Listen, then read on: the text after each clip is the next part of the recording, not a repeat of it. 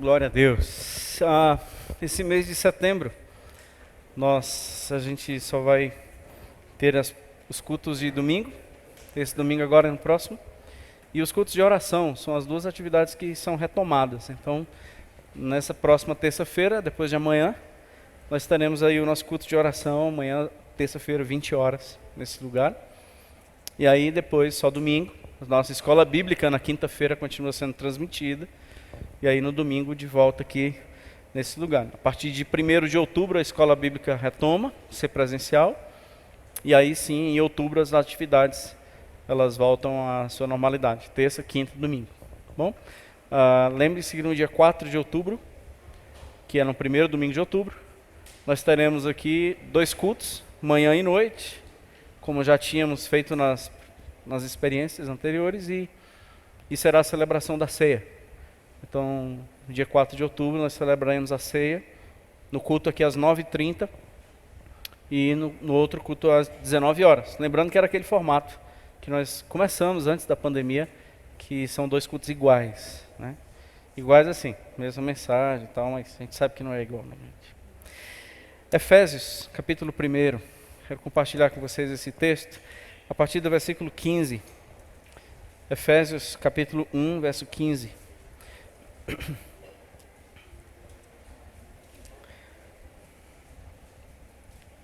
A maior necessidade nossa é de revelação.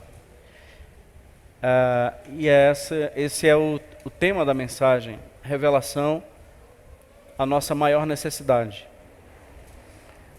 A impetuosidade, fazer alguma coisa sem revelação, gera na gente a grande possibilidade de sermos imprudentes. O imprudente é aquele que fez por impetuosidade, sem revelação. Então, numa linha de pensamento, assim, principalmente no entendimento bíblico, o que mais urge para nós cristãos não é aquilo que nós imaginamos que necessitamos. Não é a causa pela qual nos faz jejuar e orar, mas é a revelação que sem ela nós estamos perdidos. Irmãos, nós precisamos de respostas, nós precisamos de direcionamento, nós precisamos de verdade que liberta.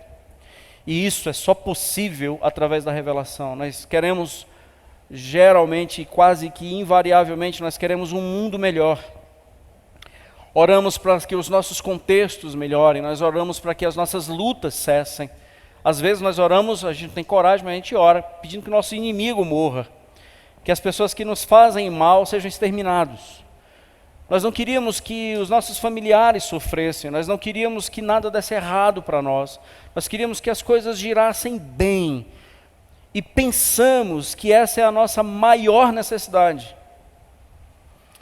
Então, um auditório como esse, as pessoas que nos acompanham, aonde essa mensagem vai chegar, quero convidar você a pensar comigo que a minha maior necessidade não é isso que eu tanto estou precisando hoje, mas a minha maior necessidade é a revelação que eu preciso do Senhor sobre o momento que eu estou passando, ou sobre a vida, ou sobre mim mesmo, ou sobre Ele.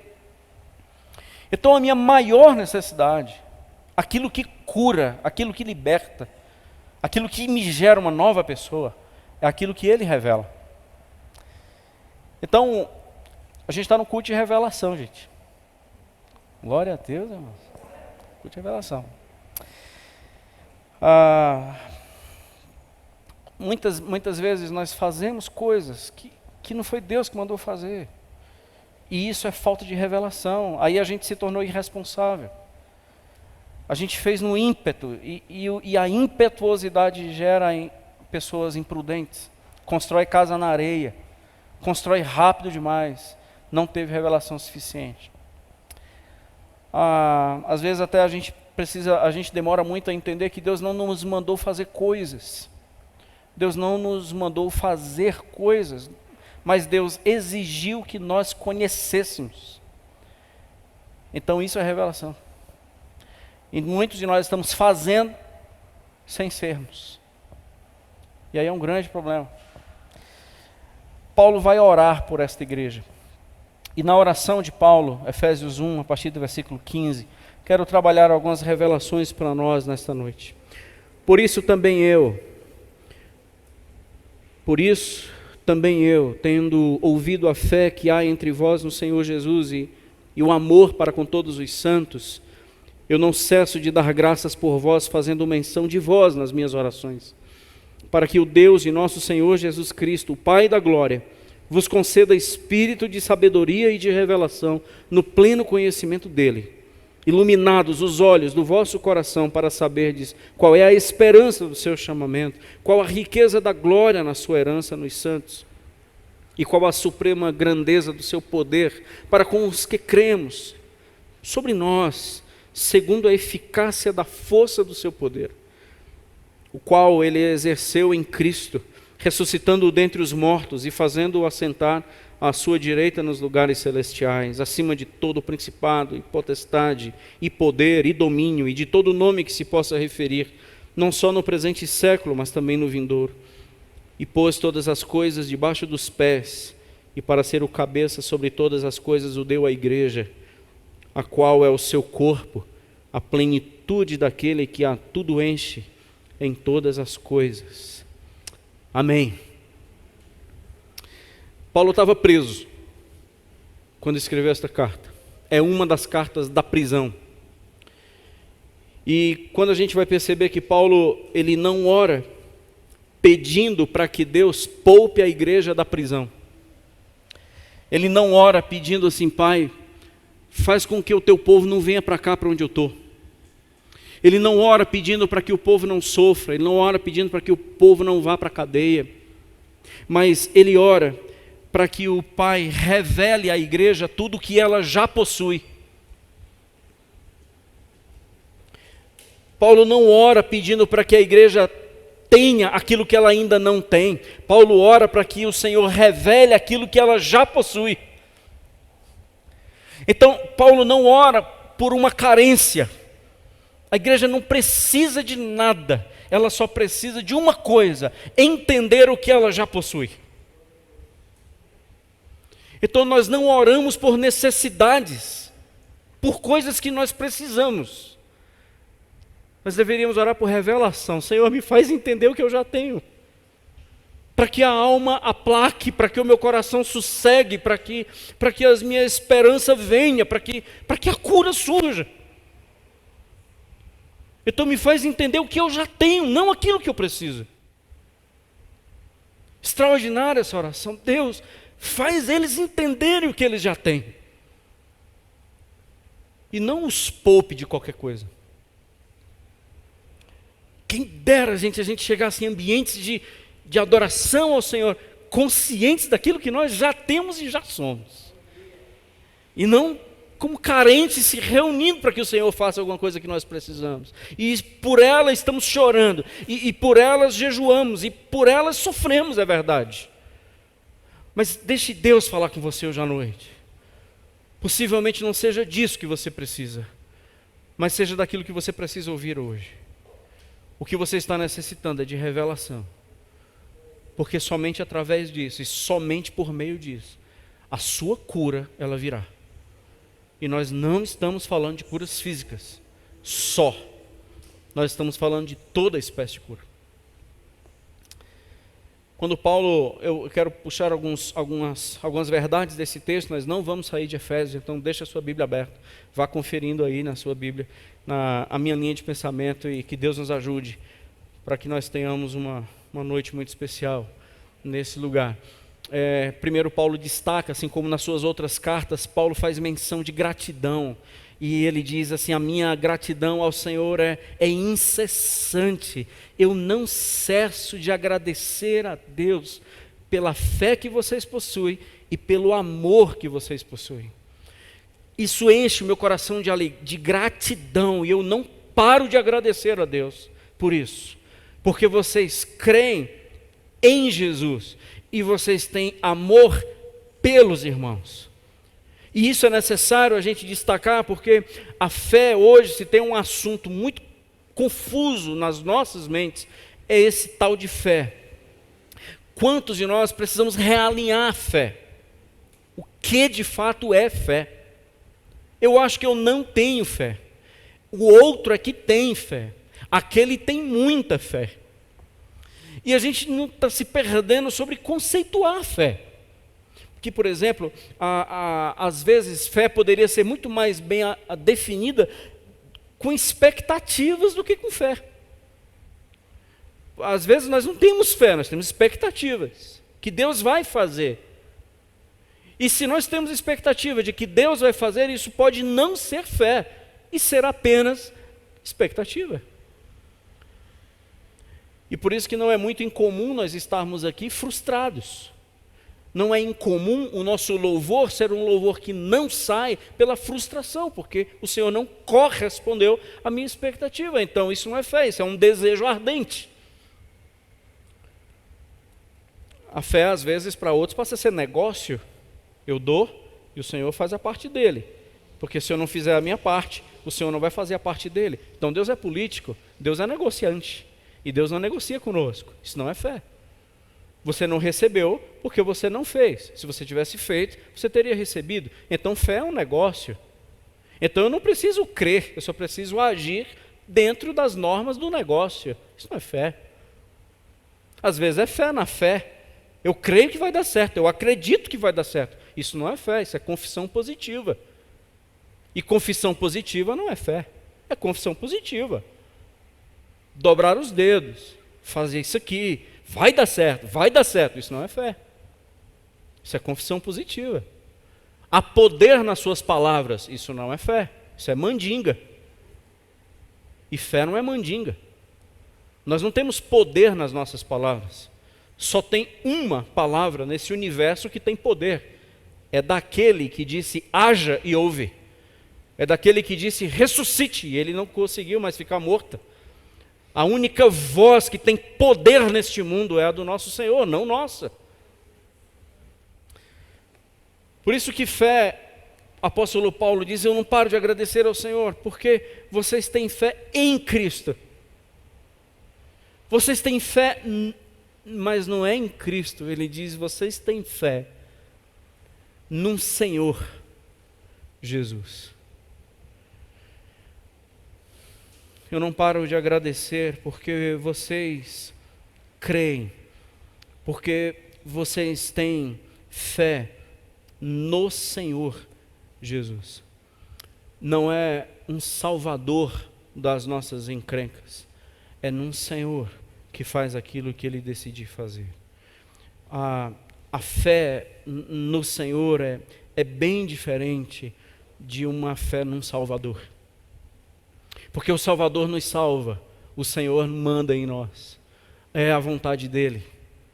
Gente, é verdade, é comum a gente ouvir isso aqui desse púlpito. E vocês, quando no dia que retornam, vai ouvir a mesma coisa, que bom que a gente está aqui para ouvir a mesma coisa. Deixa eu te falar algo que não é muito raro a gente ouvir nessa pandemia. Não sei se você ouviu isso. Cadê Deus nessa pandemia? Sabe onde é que está Deus na pandemia? Dizendo para nós, se a gente entendeu que Ele advertiu que ia cair. Sabe onde é que Deus está na pandemia? Falando conosco, dizendo, escuta, você até que enfim entendeu que quando eu disse que tudo ia cair era verdade?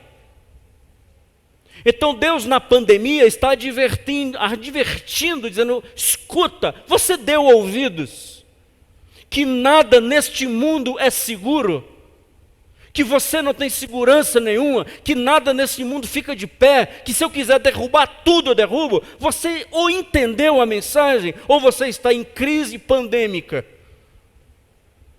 E só quem fica de pé na pandemia é aquele que pertence a um reino inabalável, porque a sua fé não está na expectativa, no desejo ardente, no negócio, nem na fé, nem na mandinga, mas a sua fé está numa pessoa. Eu não paro de louvar a Deus porque a sua fé está em Cristo. Eu não paro de agradecer a Deus porque você tem amor pelos seus irmãos. Gente boa, toda fé que não me coloca em rota de colisão com o outro não é fé, é crença. Assim como fé e obra são inseparáveis, fé e amor também são inseparáveis. Toda confissão de fé que não me coloca a amar o outro não é fé em Cristo, é religião de crente. E hoje a nossa fé ela é individualista. Hoje a nossa fé é pessoal, hoje a nossa fé é para mim. Isso não é fé, é uma crença.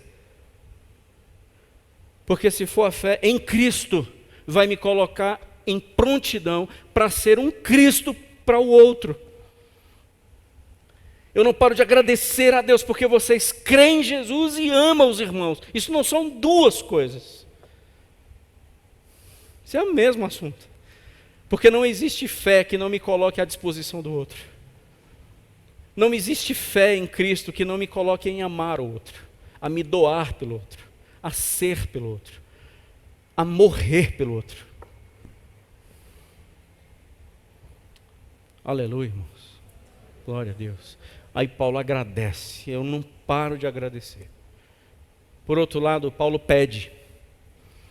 E não sei se há assim uma questão interessante, né? Textos como esse, uma igreja que já tem fé, uma igreja que já ama, precisa de quê? E o apóstolo Paulo diz, olha, a fé em Cristo, ser achado em Cristo e amar os seus irmãos, isso apenas torna você solo fértil para conhecer Deus. Isso não é fim, isso não é o ponto final do ônibus. Isso não é a estação final. Quando você crê em Cristo e quando você começa a amar os seus irmãos como Cristo mandou, isso é apenas a porta de entrada para que você possa conhecer tudo aquilo que Ele tem para te revelar. Agora imagine agora a complicação. Se a minha fé é uma crença e o amor pelo outro é inexistente, o que vai acontecer hoje à noite aqui? Nada. Porque nós não vamos entender nada. Entende? Já que você crê em Cristo e que você ama o outro, agora eu vou orar ao Pai para que Ele conceda espírito de sabedoria e de revelação. Porque agora quem vai agir é Ele em seu coração. Você não vai fazer isso e não vai conseguir conhecer Deus repetindo, lendo livros, vindo a cultos, ouvindo mensagens, participando de conferências, fazendo teologia. Você não conhece Deus. Porque quem vai gerar esse conhecimento é o Espírito, não é um movimento humano, não é o ler, não é o fazer, não é o se assentar e ouvir, é Deus gerando dentro de mim, é se alargar de quem Ele é, a esperança que Ele me dá e o poder que Ele tem. Mas para isso, já que você crê em Cristo, e o amor que você tem pelos seus irmãos é real, agora eu vou orar para que esse espírito de sabedoria aconteça. Aí eu oro, eu peço ao Pai da Glória, versículo 17, que Ele vos conceda espírito de sabedoria e de revelação. Já que vocês entenderam, já que vocês são terra boa, já que a porta abriu, então agora vocês precisam... O meu pedido é que o Pai conceda a vocês a capacidade de vocês o conhecerem. Para que vocês conheçam quem Ele é. O conhecimento, o pleno conhecimento dEle. Que vocês tenham o pleno conhecimento dEle.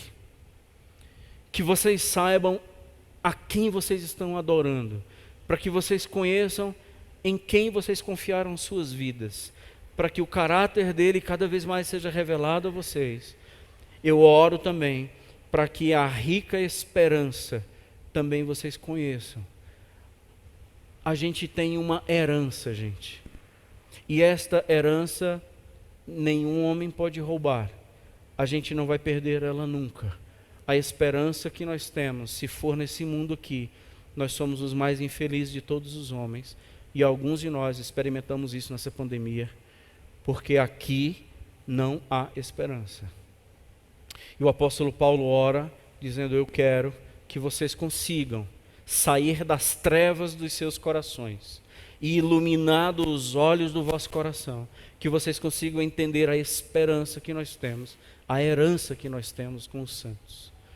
E o outro pedido que eu faço, pelo menos são 3 que eu quero destacar aqui, é que a igreja conheça o Senhor, é que a igreja conheça a esperança que tem no Senhor e que a igreja conheça o poder que tem esse Senhor. E é aqui onde eu quero chegar. Poder de Deus.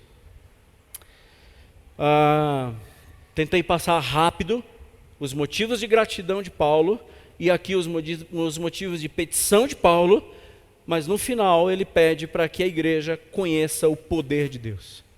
E quando ele vai falar do poder de Deus, ele não somente diz o seu poder, mas que vocês conheçam, no versículo 19, a suprema grandeza do seu poder para a vida daqueles que creem em Cristo.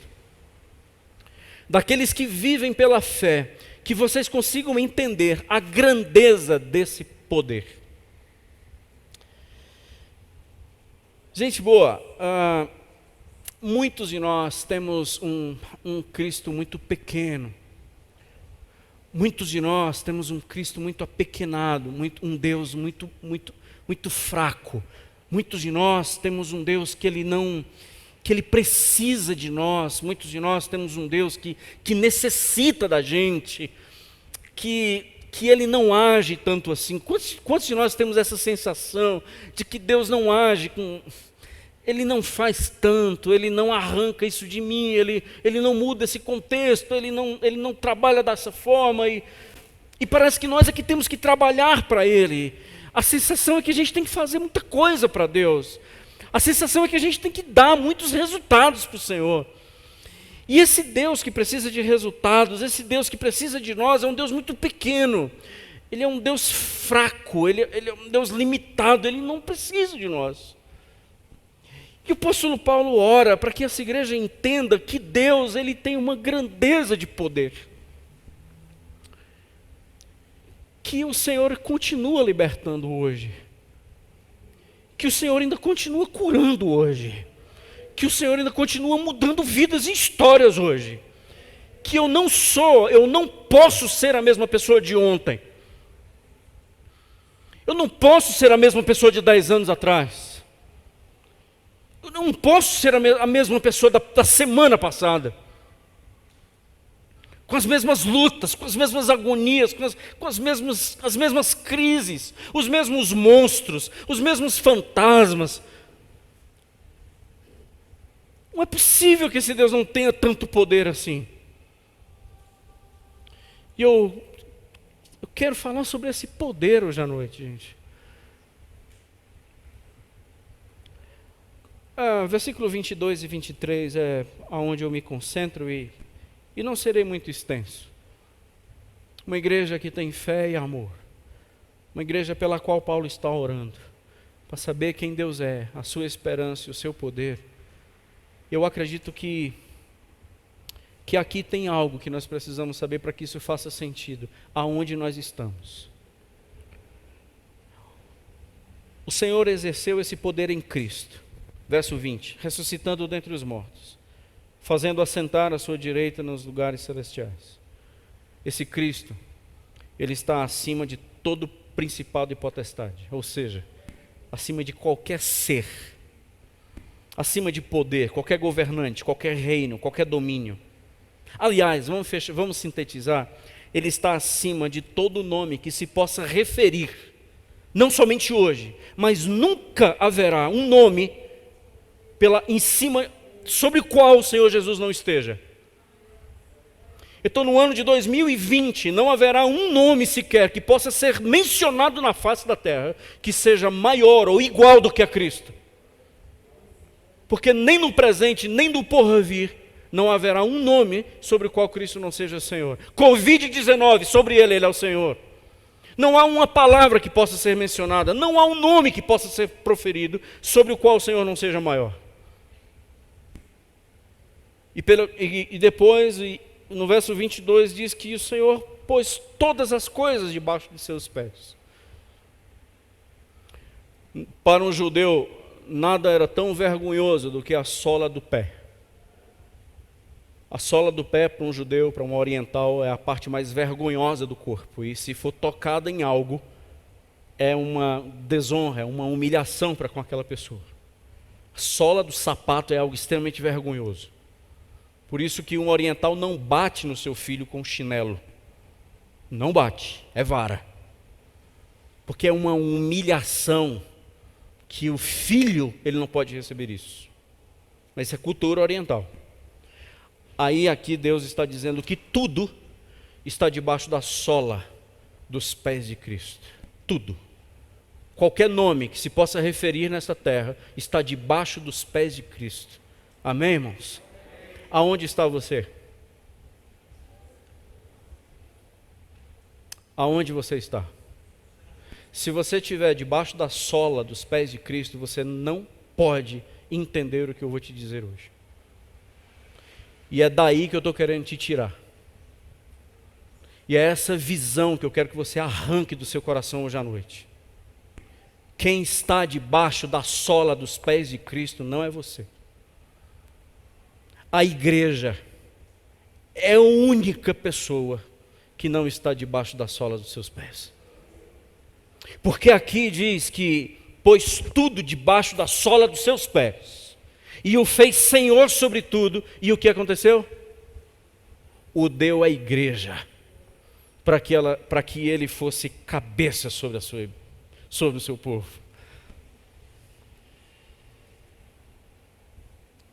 Então, meus irmãos, por que temos medo? Por que a gente tem medo de Satanás? Por que Satanás nos apavora? Onde ele está? Ele está debaixo da sola dos pés de Cristo. Onde nós estamos? Não faz sentido, gente, a gente está igual a Satanás. Mas eu quero falar de outros nomes. Onde está Donald Trump? Onde está Bolsonaro? Onde está líderes? Onde está demônios? Onde está o Brasil? Onde está a Europa? Onde estão os governantes, os poderes, os inteligentes, os sábios? Onde estão os ricos? Estão todos debaixo da sola dos pés de Cristo. Onde está a igreja? Ela está em Cristo. Ela está em Cristo. Graças a Deus, eu não paro de agradecer, porque vocês creem em Cristo.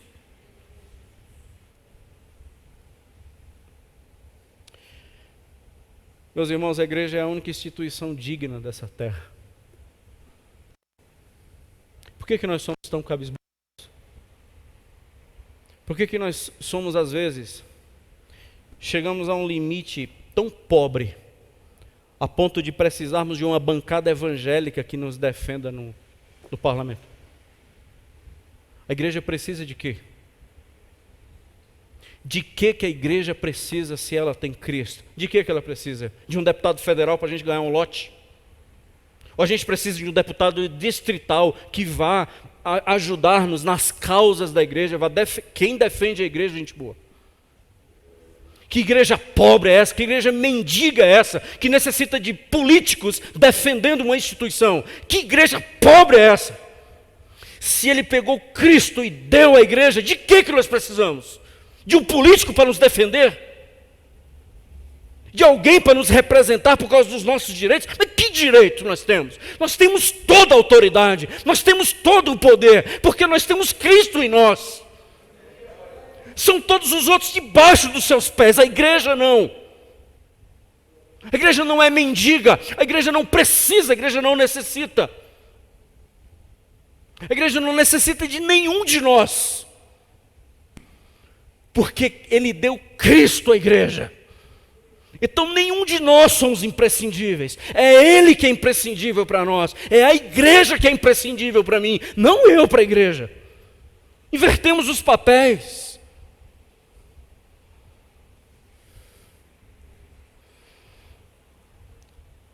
Até quando Satanás vai nos colocar numa armadilha de que nós precisamos trabalhar para Deus, mas sempre debaixo dos pés?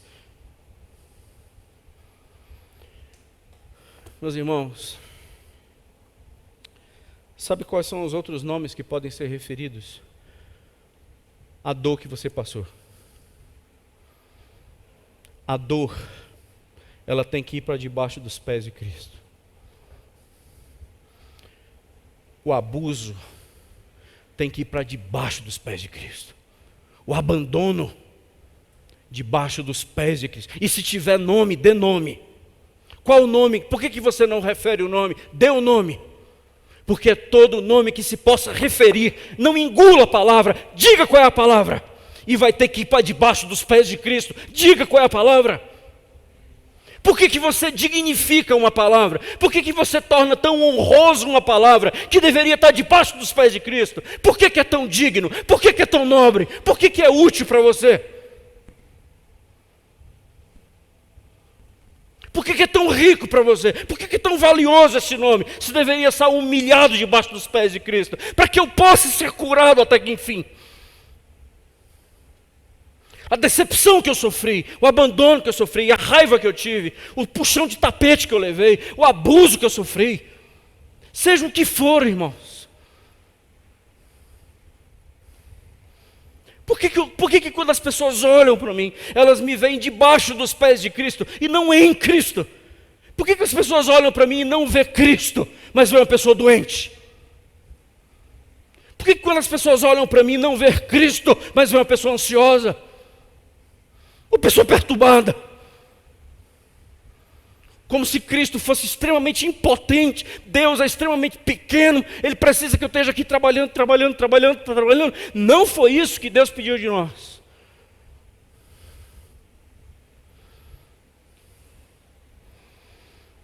Deus ainda é aquele que faz, gente.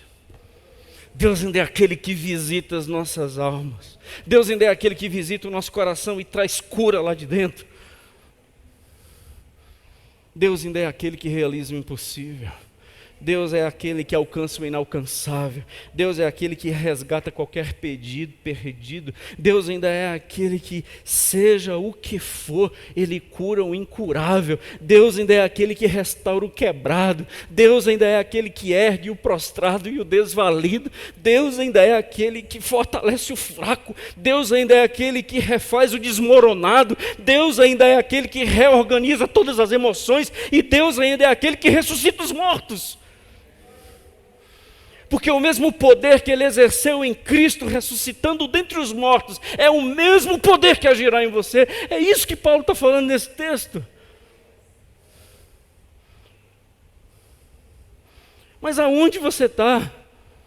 Você não sai debaixo dos pés dEle. É um trabalhador incansável. Mentira. É um trabalhador extremamente cansado, decepcionado, que não experimenta poder de Deus, mas tem que trabalhar para ver se no fim vai para o céu. Então isso é um escravo, só mudou de cela, e ter saído da cela anterior e ter passado para essa cela aí, não se sinta livre, você só mudou de cela, porque é todo mundo preso, e Paulo está orando para que nós sejamos extremamente livres. Não é mudar de cela, é sermos libertos verdadeiramente pela revelação da verdade. Isso muda tudo, gente. Nós estamos crendo em Cristo debaixo dos seus pés. Nós estamos amando os nossos irmãos debaixo dos seus pés. Nós queremos conhecer Deus debaixo dos seus pés. Nós queremos ter esperança debaixo dos seus pés. Onde você vive? Dê o nome. E a partir de hoje, não dignifique mais isso. E é exatamente isso que dói tanto em nós. É o sentimento de vingança? É o ódio que não aplaca? Deixa eu só te dizer por que isso não tem cura. Porque isso ainda não foi parar debaixo dos pés de Cristo.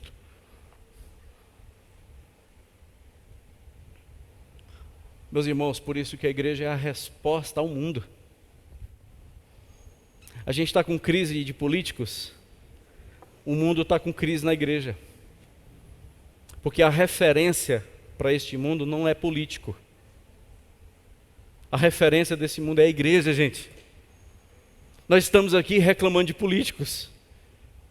Nós estamos muitas vezes aqui extremamente reclamões de Bolsonaro. Estamos reclamando de um monte de gente que deveria ser referência para nós. Não, irmãos. Eles não são referências para nós. Nós somos referências para eles. É o cristão servidor público que é referência nas suas repartições públicas. É o cristão empresário que ele é referência no mundo empresarial e corporativo. É o cristão aluno que é referência no seu ambiente acadêmico. E a gente não reclama porque as pessoas erraram conosco. Quem você pensa que você é? Então quem vai organizar esse troço se não for você? E por que briga? E por que estoura? E por que reclama de todo mundo porque as pessoas erram com você? Mas quem é que vai resolver isso? E é na sua dor, e é na sua decepção, e é na sua angústia, debaixo dos pés de Cristo, que um Cristo irá resolver isso. Ou pelo menos saberá responder isso.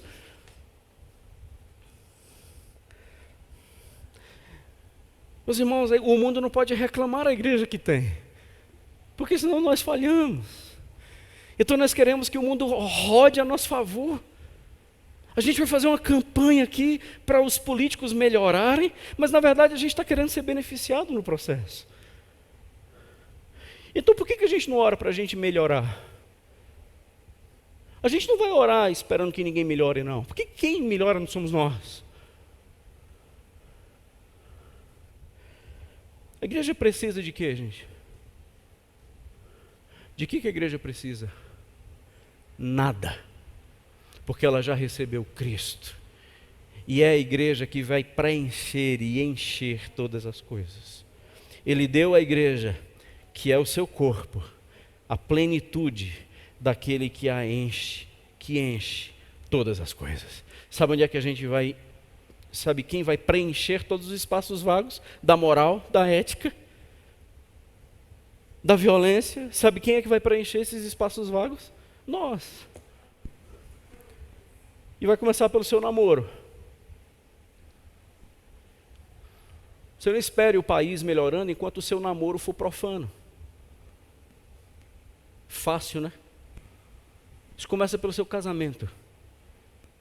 Isso começa pelo seu caráter. Isso começa pela sua honra. Isso começa pela sua língua. Você não espera a sociedade melhorar, não. Você tem que melhorar a sua língua.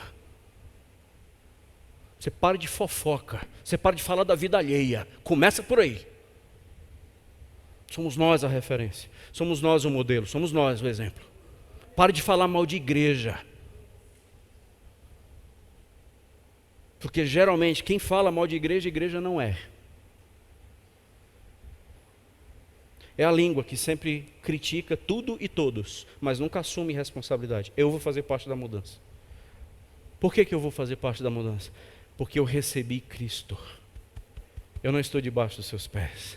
Eu estou nele e ele em mim. E aquele que está em Cristo é nova criatura. As coisas antigas passaram, foi para debaixo dos seus pés. Eis que tudo se fez novo. Então eu vou profetizar, eu vou servir, eu vou adorar, eu vou ser um profissional curado em nome de Jesus. Curado. Onde moramos? Meus irmãos, a gente está falando de uma revelação que minha oração é que ela pudesse ser uma dinamite no seu coração. Para que você não seja mais um projeto que nunca se conclui. Para que você não seja uma obra que nunca termina. Mas que você seja uma obra sempre visitada pelo arquiteto da vida, que faz com que ele vai mexendo na gente e fazendo da gente aquilo que ele quer. Quase nenhum de nós queremos ser a resposta. Quase nenhum de nós nos levantamos para ser a resposta. Mas sempre queremos o benefício. E Deus está chamando uma igreja nessa pandemia para ser resposta. Aliás, quem não foi resposta na pandemia perdeu uma excelente oportunidade espiritual de morrer na missão. Estava refletindo sobre o abraço, né? A gente está impedido de abraçar aqui. Mas se por acaso alguém levantar e disser: Deus sabe do tanto que eu necessito de um abraço hoje, sabe o que vai acontecer? Você vai receber um abraço. Porque houve uma lei maior do que da OMS. Há uma lei da cura. Porque se você necessita de um abraço, você será abraçado. O certo é não colher espiga dia de sábado. Esse é o certo. O certo é não ter abraço. Eu vou te amar tanto a ponto de não te abraçar, por cuidar de você. O não abraçar hoje, nesse momento, é amor. Incrível, né? Eu não vou te abraçar por te amar. Mas se surgir alguém dizendo: por favor, eu não posso ir embora daqui sem receber um abraço, porque Deus sabe o tanto que eu estou necessitando ser abraçado aqui nesse lugar hoje. Então colhe-se espiga num sábado, porque alguém está morrendo. E veio uma lei maior do que essa lei sanitária, apareceu uma lei da vida. E deixa eu te falar uma coisa: se os dois pegarem Covid-19 e morrerem, sabe o que aconteceu? Certo, é isso mesmo. Vou repetir: se morrermos de Covid porque alguém pediu um abraço e eu abracei, certo, porque a igreja não se preserva, a igreja morre, fazendo o que ele mandou. Isso é revelação, entendeu? Isso, a impetuosidade é sair abraçando todo mundo. Isso é impetuoso. E o impetuoso é imprudente e irresponsável. Mas aquele que age por revelação, mesmo que morra, ele não está aqui para se preservar, não. A igreja está aqui para morrer fazendo o que ele mandou que fosse feito. Essa é a lei da vida. Quer salvar a sua vida? Morrerá. Vai morrer? Então você salvará a sua vida. Entendeu o princípio do Evangelho? Como é que a gente vai entender isso debaixo dos pés de Cristo? Como nós seremos a resposta debaixo dos seus pés? Pessoas adoecidas, pessoas ainda sem esperança, pessoas ainda com fé na fé e nem sabendo o que é fé, ainda esperando que político tome vergonha na cara. Vamos ser a resposta, meus irmãos. Vamos ser a resposta para o setor O, resposta para a Ceilândia, resposta para o DF, resposta para esse Brasil. Houve uma igreja que acordou. Houve uma igreja que não é mais entrando em ambientes para pedir, porque ela já é consciente de tudo que tem. E o poder de Deus será conhecido por cada um de nós. Ninguém será testemunha do poder, todos seremos visitados por esse poder, amém? Transformados. Qualquer nome que eu possa se referir, que eu possa referir, estará debaixo dos seus pés. Mas eu estarei em Cristo, sendo o seu corpo, para preencher todos os ambientes. Deus te abençoe, nos abençoe, para que sejamos a resposta de Deus aonde Ele quiser. Vamos encerrar com uma canção, vamos ter um tempo de oração. Quero convidar você a orar por isso e orar por essa palavra que nós ouvimos.